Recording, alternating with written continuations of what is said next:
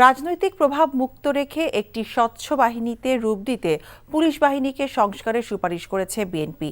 Gulshan BNP chairperson কার্যালয়ে সংস্কার প্রস্তাব তুলে ধরেন বিএনপির স্থায়ী কমিটির সদস্য মেজর হাফিজ উদ্দিন আহমেদ। গ্রেফতার, আটক, তুলে নিয়ে যাওয়ার পর অস্বীকার করা, অতঃপর আইন বিধানের বিধি তোয়াক্কা না করে যতদিন খুশি আটক, গুম করে রাখার যে একটা অপসংস্কৃতি গত 16 বছরে ফ্যাসিবাদী সরকার নিয়মে পরিণত করেছে।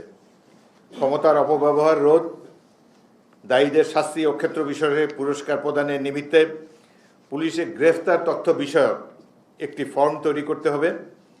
প্রত্যেক গ্রেফতারকৃত ব্যক্তির জন্য একটি করে ফর্ম পূরণ করতে হবে।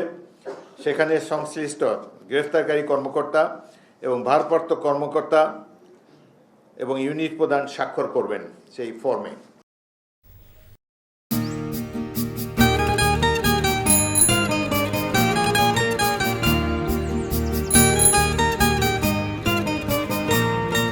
শুনেন, পুরুষ মানুষ তো এভাবে ভয় পেলে চলে না, মুখে সাহস রাখতে হয়। যা বলবেন সোজা সাপটা বলবেন।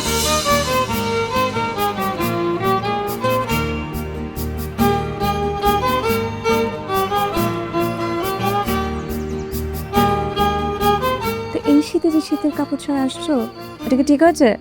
তোমাকে দেখার পর থেকে আমার জীবন থেকে শীত, গ্রীষ্ম, বর্ষা সব চলে গেছে, শুধুমাত্র তুমি আছো।